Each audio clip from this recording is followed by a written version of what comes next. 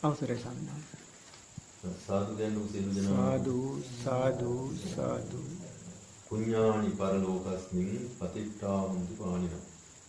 බුද්ධ දේශනාවේ හැටියට අපි දෙමව්පියෝ හැටියටත් සහෝදරයෝ හැටියටත් ඥාති පිරිසක් හැටියටත් විශේෂයෙන් පින් දහම් කරන්නේ සංසාර ගමනේදී නිවන් දකින්න බලාපොරොත්තු වෙනවා.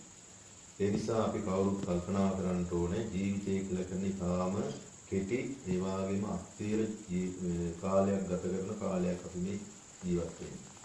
ඒ නිසා අද දවස මේ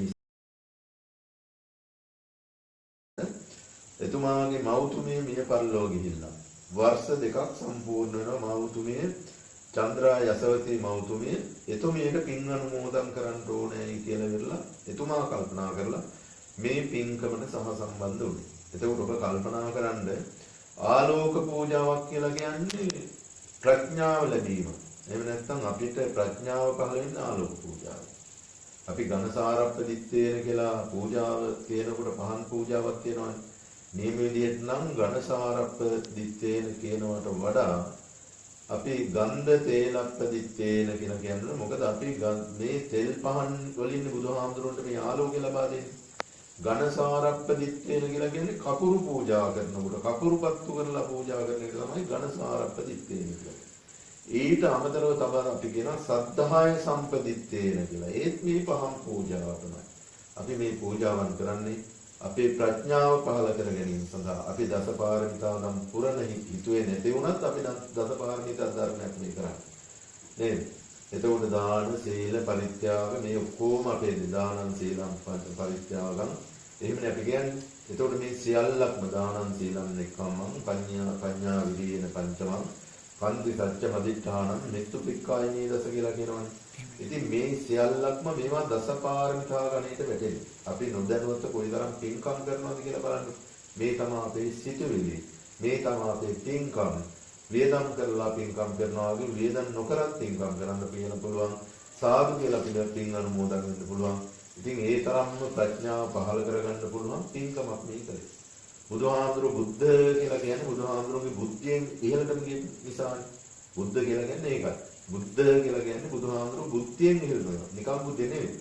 තුන් ලෝකයේ පිළිබඳව උන්වහන්සේට දැනගන්න පුළුවන් සත්‍යයක් තිබුණා.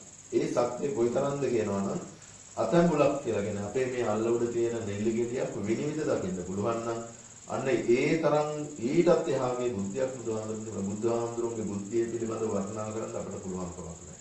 බුදු කෙනෙකුගේ බුදු ගුණ අවුරුදු 100ක් තවත් බුදු කෙනෙක් වර්ණනා කරලා නිම කරන්න බැහැ කියලා කියනවා. ඉතින් ඒ නිසා ඔබ මතක තියාගන්න ඔබ කල්පනා කරන්න හිත දරුවෝ නිසා මේවා විකින්කමකට මට සම්බන්ධ වෙන්න පුළුවන් වුණා. මේවා අපේ සංසාර ගමනේ අර පංච නීවරණ ධර්ම කියන කෙලෙස් ධර්ම නැති කරලා ඒ වගේම දස කුසල ධර්ම වලට යොමු වෙලා කටයුතු කරන අවස්ථාවක් බවට පත් වෙනවා. ඉතින් අවසාන වශයෙන් කල්පනා කරන්න ඔබ මේ කරේ මහා පින්කම බුද්ධ ශාසනයට කරපු පින්කම අපේ පන්සලේ විහාරම අපේ පන්සලේ බුදු පුදේම අපේ පන්සලේ බුදුහාමුදුරන්ටම මේ පූජාව කරන්න ඕනේ කියලා ඔබ කල්පනා කරා. හිතන්නකො ජීවමාන බුදුහාමුදුරු හිතන කොයිතරම් ඔබට බණ කියයි. නේද? ඔබ ගැන ඔබට හිතා ගන්න කොයිතරම් බණ කියයි. ඒ බුදුහාමුදුරු ඉස්සරහින් ඉන්නේ අපි මේ බණ කියන්නේ. මේ බණ පදයක් හරි මම කියන්නේ බුදුහාමුදුරන්ගේ ශ්‍රාවකෙක් වෙච්ච නිසානේ. නේද? ඉතින් අපි මේ බුදුහාමුදුරුවෝ ඉටියෙන්ද මැටියෙන්ද ගලින්ද ගඩොලින්ද රත්තරන් වලින්ද රිදී වලින්ද යකඩින්ද කියලා නෑ. අපි මේ බුදුහාමුදුරු ජීවමාන බුදුහාමුදුරු ඉන්නවා කියලා හිතන්නේ අපි මේ ඔක්කොම කරන්නේ. ඒ මොකද අපේ බුද්ධ ශාසනය කෙරෙහි තියෙන බුදුහාමුදුරුවෝ කෙරෙහි තියෙන ධර්මයේ කෙරෙහි තියෙන සංඝයා කෙරෙහි තියෙන මේ ත්‍රිවිධ රත්නයේ කෙරෙහි තියෙන අප්‍රමාණ වූ ශ්‍රද්ධාව නිසා අප්‍රමාණ වූ පැහැදීම නිසා ඒ සම ලැබුණා සතුට වෙන්න සන්තෝෂ වෙන්න නිවන් දකින ආත්භාවයේ එනකම්ම මෛත්‍රී බුදුහාමුදුරු මේ ලෝකේ පහළ වෙන්නට පෙර අපට නිවන් දකින්න පුළුවන් නම් ඉස්සදාගෙන ඒ දක්වාම මේක අපට කුසල කර්මයක් වේවා මොහොතින් මොහොත සී වේවා පුණ්‍ය ක්ෂේත්‍රයක් බවට පත් වේවා පින් කඳක් බවට පත් වේවා මේ පින සේ ඡායාවන පායනී කියපු ආකාරයෙන් පින සෙවණැල්ලක්සේ අපට පිහිට වේවා නිවන් දකින ආත්භාවයේ දක්වාම මේ පින කුසලයක්ම වේවා සාදු සාදු සාදු